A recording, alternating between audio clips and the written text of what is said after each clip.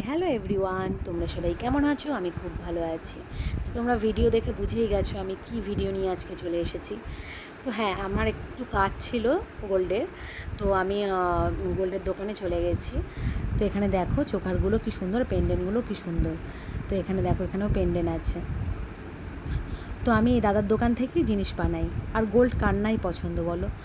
সবাই চেষ্টা করে কিছু না কিছু বানানোর জন্য, যতই হাই রেঞ্জ হোক। মধ্যবিত্তদের কাছে মানে এত রেট বেড়ে গেছে যে অসম্ভব হয়ে গেছে বানানো।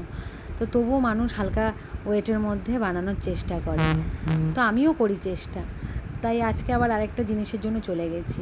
তো এখানে আমি বলছি তোমাদের কালেকশানগুলো একটু দেখিয়ে দাও। তো দাদাটা আবার একটু কালেকশানগুলো দেখিয়ে দিচ্ছিলো, কিন্তু আমার ভয়েসটা আমি দিতে পারলাম না।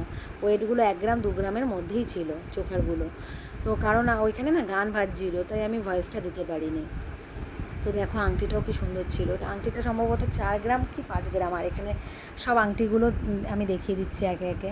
আরও ছিল, আরও অনেক কটা ছিল, সব কটা বের করেনি।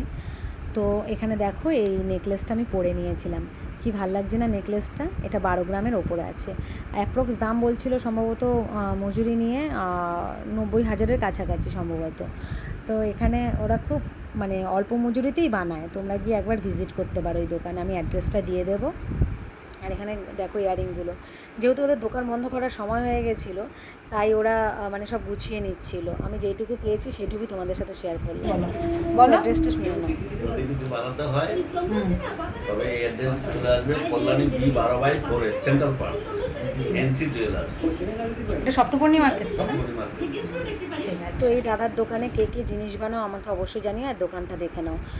তো ভালো লাগলে অবশ্যই একটা লাইক কমেন্ট করে যাও। চলো টাটা।